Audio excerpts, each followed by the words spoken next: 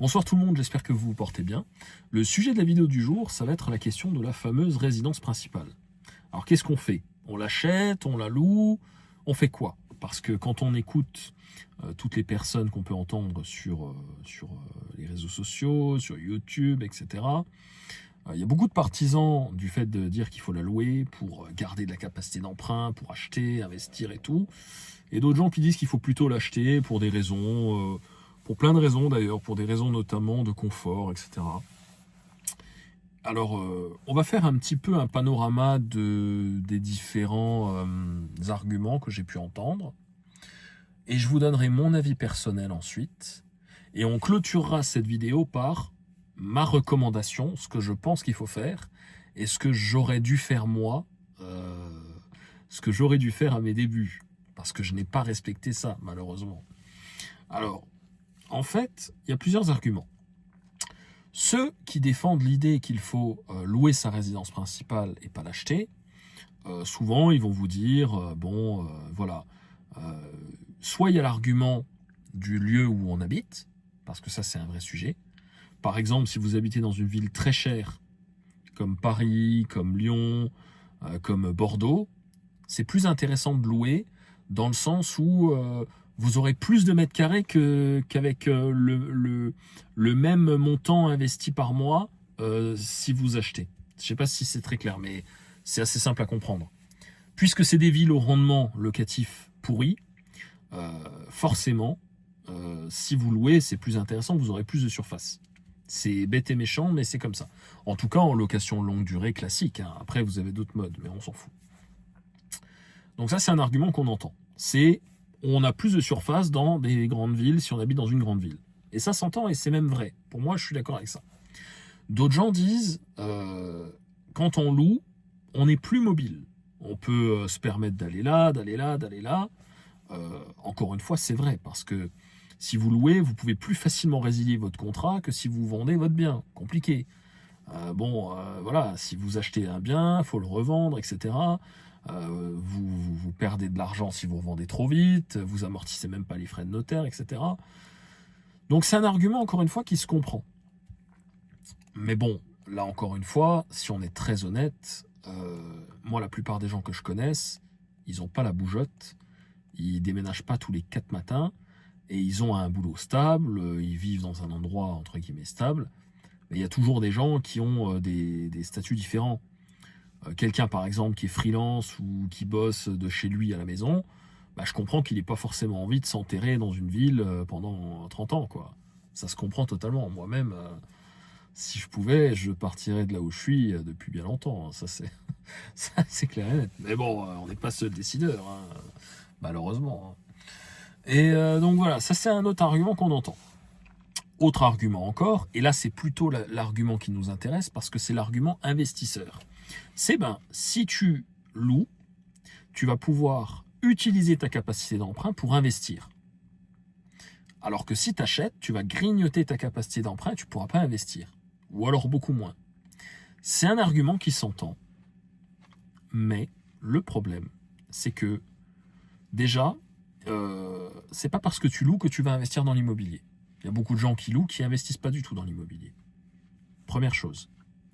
Ensuite, tu es locataire. Si tu achètes un bien immobilier pour faire du locatif et que tu le déclares comme du locatif, le banquier va prendre en compte ton loyer dans la capacité d'emprunt. Donc le problème reste le même. Il y a toujours les petits malins, les petits filous qui disent à la banque « Non, c'est pour la résidence principale » et qui ensuite font du locatif. Bon, vous avez raison, il faut le faire. Je ne peux pas vous décourager de faire une technique comme ça, c'est logique, il faut le faire. Les banquiers ne nous font aucun cadeau. Je ne vois pas pourquoi on leur ferait aussi, c'est logique. Donc, en partant de ce principe-là, je peux l'entendre. Je suis d'accord, c'est un argument qui s'entend. Maintenant, en face, l'école qui veut plutôt qu'on achète sa résidence principale va dire la stabilité, le confort, être chez soi. Quand on est chez soi, ça fait du bien. On n'a pas la pression du propriétaire. On a beaucoup plus de facilité à choisir où on habite.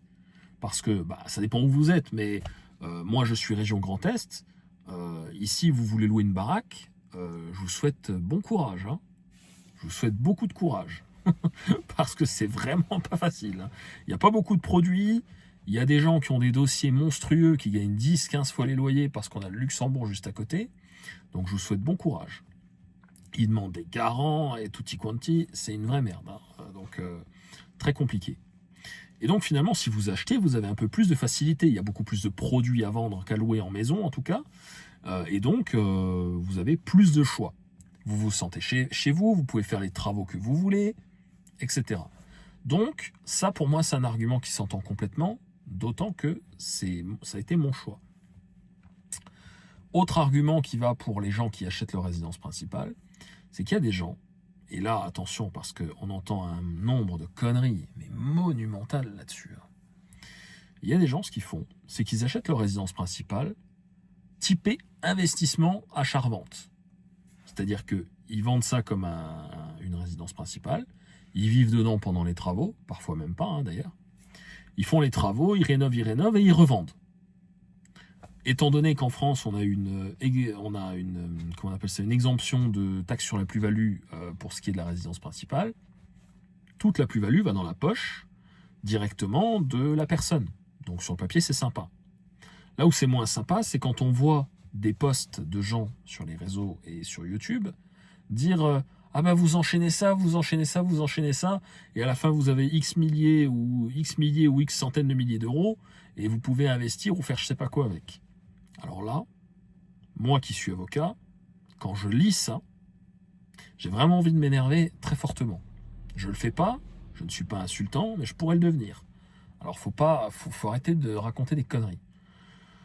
Ça, c'est le meilleur moyen de se manger un contrôle fiscal et de se faire défoncer, mais vraiment défoncer comme vous ne pouvez pas vous imaginer.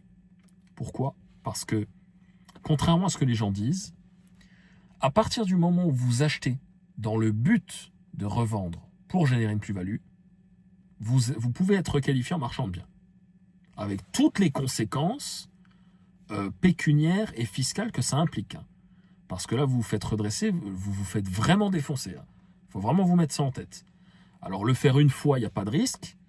2 fois, bon, ça dépend le laps de temps. Mais si vous faites ça tous les ans ou tous les 2 ans, vous allez vous faire déchirer, je peux vous le promettre. Et après, vous allez m'appeler. Ah, maître, machin, faut faire ci, faut faire ça. Moi, je serai là, Mais bon, c'est pour vous. Et je connais des gens à qui c'est arrivé. Donc c'est pas un film qui peut pas arriver, quoi. Il faut vous mettre ça en tête. Ça arrive. Aujourd'hui, nos amis du fisc, ils ont des logiciels, ils ont de l'intelligence artificielle couplée à ça, ils ont des algorithmes. Ils les voient, les petits malins. Faut pas vous inquiéter pour ça. Donc quand il s'agit de récupérer du fric, ils vont venir et ils vont toquer très très fort à la porte. Et vous pourrez pas faire grand chose. Bon, trêve de digression. Donc, un autre avantage qui peut être d'acheter sa résidence principale, c'est de pouvoir générer de la plus-value en restant très prudent. Donc, en le faisant 1 fois ou 2 fois maximum, de façon prudente. Encore une fois, faites attention. Faites pas n'importe quoi non plus.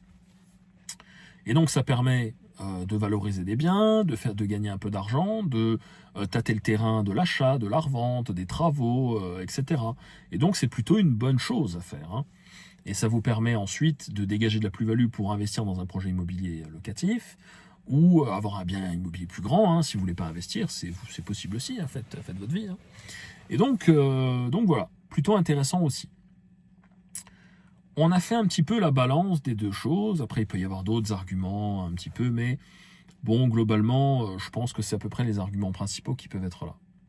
Alors finalement, on fait quoi ? On vend ou on achète ? Eh bien moi, je propose un scénario qui est un petit peu hybride. Je pense vraiment que le meilleur scénario possible que vous pouvez faire si vous êtes jeune, ou pas jeune d'ailleurs, et que vous commencez à investir et que vous vous posez cette question, le meilleur système, ça serait, selon moi, après vous faites ce que vous voulez, vous écoutez qui vous voulez et vous prenez votre décision en votre âme et conscience. Mais si je devais refaire, moi ce que je ferais, c'est que j'achèterais un immeuble, je vivrais dans un des appartements de l'immeuble et je louerais le reste. Pour moi, c'est le meilleur moyen de faire un très très bon investissement. Parce que du coup, vous avez par exemple un immeuble de 3 appartements avec un peu de chance avec des travaux, comme ça vous faites de la mise en valeur, etc.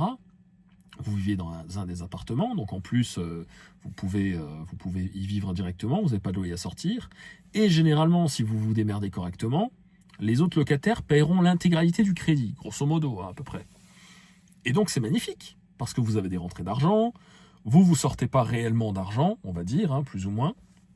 Et c'est un bel investissement qui vous permet de mettre le pied à l'étrier pour aller enchaîner sur d'autres investissements ensuite. Voilà un petit peu mon conseil et ce que moi j'aurais fait si j'avais pu recommencer. Parce que du coup, moi, bon, vous l'avez vu dans une autre vidéo, moi ce que j'ai fait, c'est que j'ai acheté très très jeune ma résidence principale. J'avais 21 ans, je crois, ou 20 ans, 21 ans. J'avais acheté ma résidence principale avec ma compagne. Mais j'ai été très frustré très vite parce qu'en fait, ma capacité d'emprunt était totalement bouffée et elle est encore bien impactée aujourd'hui, malheureusement. Mais quand vous achetez à deux, eh ben vous en subissez les conséquences parce que quand l'autre personne ne veut pas investir, bah vous êtes coincé. Donc, étant donné que bon, je vais pas lui dire de prendre ses clics et ses claques et de se barrer parce que bon, ça serait pas terrible. Et puis il n'y a pas que ça qui compte hein, quand même, j'espère. Hein. Eh bien, il faut en assumer les conséquences et trouver des solutions alternatives, ce que j'ai trouvé. Et d'ailleurs, on fera une prochaine vidéo. J'ai très envie de vous faire une prochaine vidéo avec des solutions alternatives d'investissement. Des petites techniques comme ça qui vous permettent d'investir sans forcément être bloqué par la banque, car parfois on n'a pas besoin de la banque pour investir. On fera cette vidéo très rapidement parce que j'ai envie de parler de ça. Voilà un petit peu la question de l'achat ou de la vente, enfin de l'achat ou de la location de la résidence principale. Faites votre propre choix. Tout dépend aussi de vos velléités. Est-ce que vous voulez investir ou pas? Ça va forcément rentrer en compte. Et ça dépendra de la ville où vous habitez, à mon avis. Et du métier que vous faites. En fait, ça dépend de tellement de paramètres que c'est un petit peu compliqué comme ça de dire il n'y a pas une solution. Il y en a vraiment beaucoup. Mais ça permet un petit peu d'évacuer certains points sur cette vidéo. Voilà. Bon, je remercie à tous les gens très patients qui ont su m'écouter, moi et mes digressions légendaires jusqu'au bout. Hein. Ça, de toute façon, c'est classique. Hein. Dès que la caméra est allumée, moi, je n'arrête pas de parler. C'est toujours comme ça. Et donc, forcément, je vous souhaite une excellente soirée. Portez-vous tous très bien. Likez, partagez et commentez la vidéo pour me donner votre avis sur tout ça. Qu'est-ce que vous pensez, vous? Est-ce que vous avez d'autres arguments que j'aurais oubliés? C'est fort probable. Hein. Encore une fois, je tourne tout ça sans trop de préparation. Il y a beaucoup d'improvisation dans mes vidéos. Alors voilà, je vous laisse me donner votre avis et je vous souhaite à tous une excellente soirée. À très vite. Ciao, ciao.